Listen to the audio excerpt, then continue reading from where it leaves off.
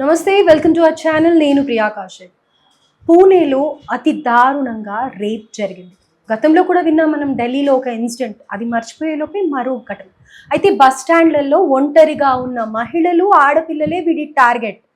విస్తుపోయే నిజాలు ఎన్నో తెలుసా? ఇదే విషయంగా డిస్కస్ చేద్దాం. ప్రస్తుతం మనతో పాటు హైకోర్టు అడ్వకేట్ నరేష్ సుంకర్ గారు ఉన్నారు. హలో సార్, నమస్తే. నమస్తే అండి.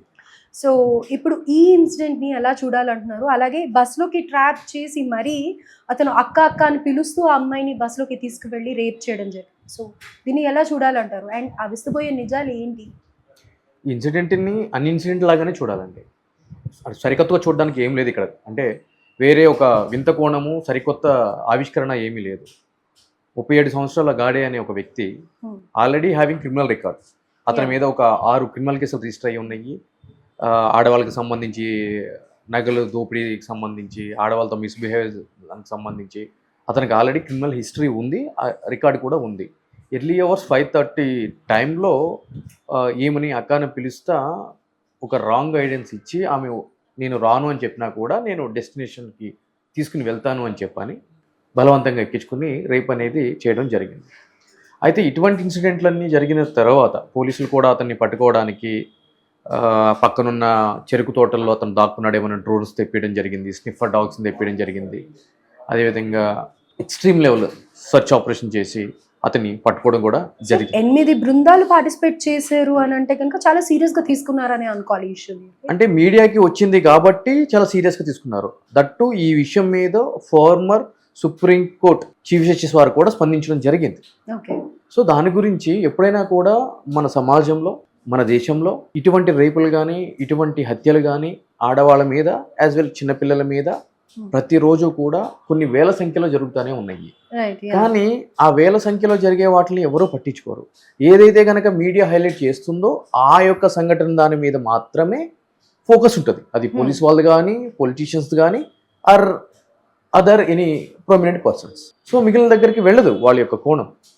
సో ఈ కేసు కూడా అటువంటిది. అంటే ఢిల్లీలో ఇటువంటి రేప్ సంఘటన ఒకటి జరిగింది, సేమ్ బస్సులోనే ఇక్కడ కూడా జరిగింది. అది మొత్తం దేశం మొత్తం కూడా మనందరికి తెలుసు ఏ విధంగా ప్రతి ఒక్కరు మాట్లాడుకున్నారు. ఎగ్జాక్ట్లీ. అంటే అంతకుముందు జరిగినవి అది వెలుగులోకి వచ్చింది ఫస్ట్ టైం. అదే విధంగా ఇక్కడ కూడా జరిగింది. అంటే అక్కడ జరిగింది, అవి ఇంకా ఆగట్లేదు, ఇంకా జరుగుతూనే ఉన్నాయి అనే ఒక కోణంతో మీడియా ముందుకు తీసుకొచ్చింది. కాబట్టి ఈ రోజు మనం ఇక్కడ కూర్చొని మాట్లాడుతున్నాం ఆ ఇన్సిడెంట్ మీద. కానీ సార్ ఇక్కడ డౌట్ ఏంటంటే ఆల్రెడీ అతనికి రికార్డ్ ఉంది, లైక్ సమ్ కేసెస్ కూడా ఫైల్ అయి ఉన్నాయి. అలాంటప్పుడు వాడు అంత విచ్చలవిడిగా బయట తిరగడం అనేది ఎలా పాసిబుల్ అవుతుంది? బెయిల్ మీద తిరుగుతున్నాడండి. ఓకే, బెయిల్ మీద తిరుగుతున్నాడు. అంటే మన యొక్క డెమోక్రసీలో, మన యొక్క ఇండియన్ కాన్స్టిట్యూషన్లో ఏదైనా సరే ఒక నేరం జరిగినప్పుడు ఆ నేరానికి సంబంధించి పోలీసులు అరెస్ట్ చేయగానే వెంటనే ట్రయల్ జరగదు, వెంటనే అతనికి శిక్ష విధించారు. సో దానికి ప్రొసీజర్ ఉంటుంది. కాబట్టి అతను ఒక సర్టైన్ పీరియడ్ అనేది అండర్ ట్రయల్ కింద లోపల ఉండి దాని తర్వాత బెయిల్ మీద బయటకు వస్తాడు. బయటకు వచ్చిన తర్వాత ఇటువంటి నేరాలు చేయడానికి పార్టిసిపేట్ చేస్తూ ఉంటారు. ఇటువంటి నేరాల్లో అందు గురించి ఏం చేస్తూ ఉంటారు అని అంటే కనుక ఇటువంటి ఫ్రీక్వెంట్ సమాజానికి వ్యతిరేకంగా ప్రజల యొక్క శాంతి భద్రతలకు విఘాతం కలిగించే విధంగా క్రైమ్ చేసి ఇటువంటి వ్యక్తుల మీద పీడీ యాక్ట్స్ అనేవి, అదేవిధంగా హిస్టరీ షీట్లు అని చెప్పి, రౌడీ షీట్లు అని చెప్పని ఈ విధంగా ఓపెన్ చేస్తూ ఉంటారు. సో దాని అర్థం ఏంటి అని అంటే కనుక వాళ్ళని ఎప్పటికప్పుడు మానిటర్లు పీడీ యాక్ట్ అనేది చేస్తే 1 year వరకు కూడా బెయిల్ అనేది ఉండదు, శాశ్వతంగా జైల్లోనే ఉండాల్సిన పరిస్థితి ఉంటుంది 1 year వరకు. అదేవిధంగా సస్పెక్ట్ షీటు, హిస్టరీ షీటు ఇవన్నీ ఎలా ఉంటాయి అని అంటే కనుక ఏదైనా పండగలు వచ్చినా కూడా, లేదు అంటే ఇటువంటి కార్యక్రమాలు జరిగినా కూడా వాళ్ళ యొక్క యాక్టివిటీ ఏ విధంగా ఉంది ఏంటి అని చెప్పి మానిటర్ చేస్తూ ఉంటారు సంబంధించిన పోలీసు అధికారులు. సో ఇతని మీద అటువంటి షీట్ ఒకటి రిజిస్టర్ అయ్యి ఉన్నా కూడా అతను ఇటువంటి ఘోరానికి పాల్పడ్డాడు అని అంటే కనుక ఇది పూర్తిగా శాంతి భద్రతలను కాపాడాల్సిన పోలీస్ యంత్రాంగం ఏదైతే ఉంటుందో ఆ యంత్రాంగం యొక్క వైఫల్యం అని చెప్పి మనం మాట్లాడుకోవాలి. సో అందు గురించి ఇటువంటి తప్పిదం జరిగింది. సో పోలీసులు మీరు అన్నారు స్టార్టింగ్లో, పోలీసులు కూడా చాలా విస్తృతంగా ఒక 8 బృందాలని దింపి చేస్తున్నాయండి. Prevention is better than cure అండి. రైట్, అతను పట్టుకుంటారు. ఓకే, ఇన్సిడెంట్ జరిగిన తర్వాత అతను ఆమె మాత్రమే ఉన్నారు. రేపు పొద్దున ట్రయల్లో చాలా విపత్కరమైన పరిస్థితి ఉంటుంది. అటువంటిది ప్రూవ్ చేయాలి, అతనికి శిక్ష పడేలాగా చేయాలి అని చెప్పని.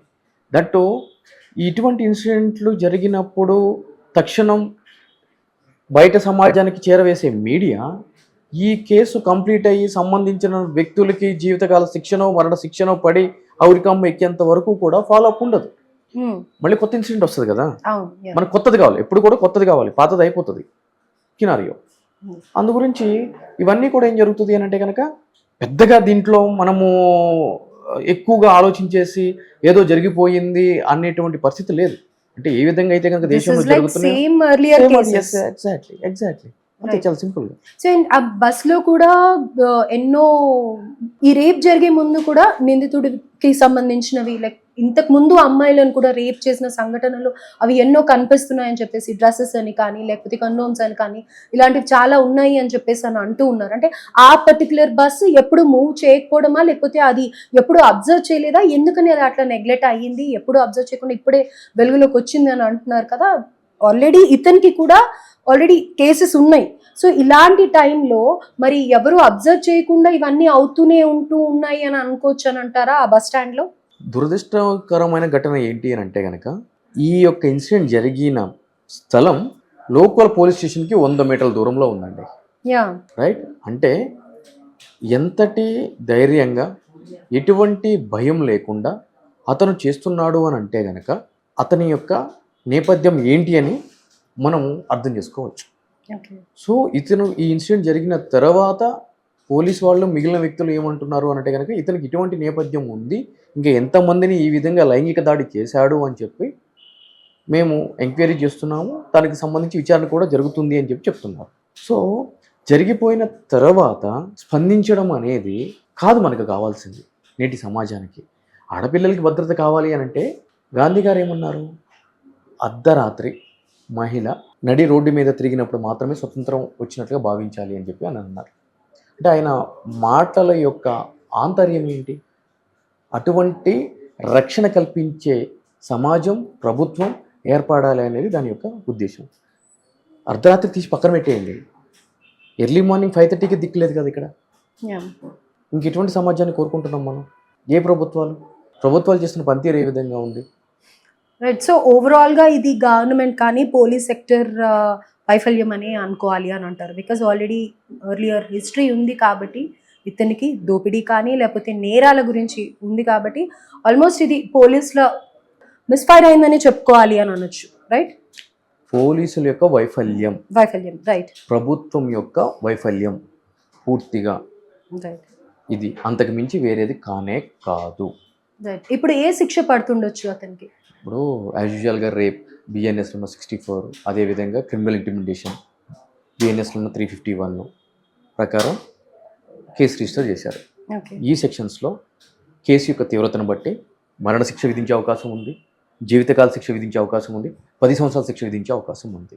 సో ఈ కేసు జరిగిన విధానాన్ని బేస్ చేసుకుని ఇది rarest of the rare case కింద ఏమైనా పరిగణించాలా లేదా, ఆ విక్టిమ్ యొక్క బాధితురాలి పరిస్థితి ఏ విధంగా ఉంది, ఇప్పుడు ఆమె యొక్క ఆరోగ్యం నిలకడగా ఉందా లేదా, లేదంటే ప్రాణాపాయంలో ఉందా లేదా, ఇవన్నీ కూడా కన్సిడరేషన్స్ ఇప్పుడు జరగదండి. రేపు ట్రయల్ జరిగిన తర్వాత ఆ అంశాలన్నీ కూడా తెర మీదకి రావడం జరుగుతుంది.